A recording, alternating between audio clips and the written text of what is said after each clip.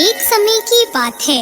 एक राजा के राज्य में सभी लोग एकादशी का व्रत रखते थे। प्रजा और नौकर चाकरों से लेकर पशुओं तक को एकादशी के दिन अन्न नहीं दिया जाता था।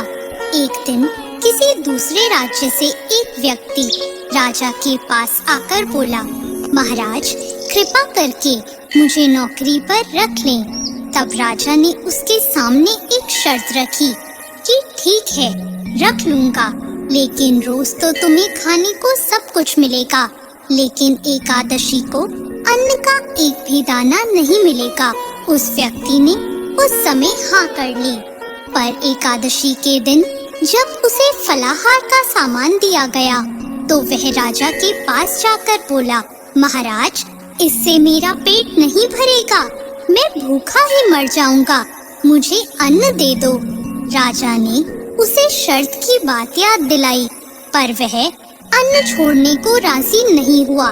तब राजा ने उसे आटा, दाल, चावल आदि दे दिए और वह रोज की तरह नदी पर पहुंचा। वहां स्नान करके भोजन पकाने लगा। जब भोजन बन गया तो उसने भगवान को बुलाया। आओ भगवान, भोजन तैयार है।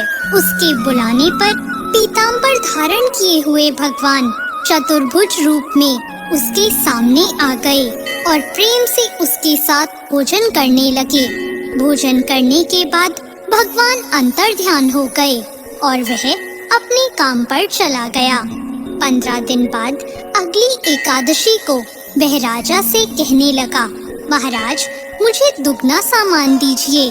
उस दिन तो मैं भूखा ही रह गया। जब राजा ने इसका कारण पूछा तो उसने बताया कि मेरे साथ भगवान भी खाते हैं, इसलिए हम दोनों के लिए ये सामान पूरा नहीं पड़ता।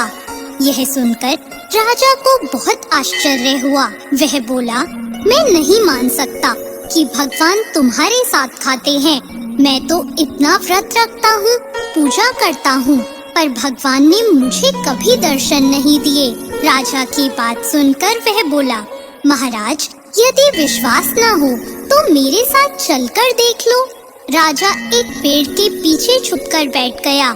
उस व्यक्ति ने भोजन बनाया और भगवान को शाम तक पुकारता रहा, परंतु भगवान नहीं आए। अंत में उसने कहा, हे भगवान, यदि आप नहीं आए तो मैं नदी में कूदकर अपने प्राण त्याग दूंगा। लेकिन फिर भी भगवान नहीं आए।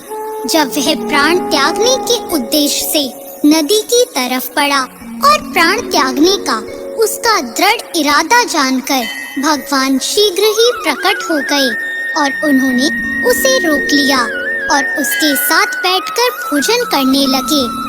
खा पीकर और उसे अपने विमान में बिठाकर अपने साथ अपने धाम ले गए।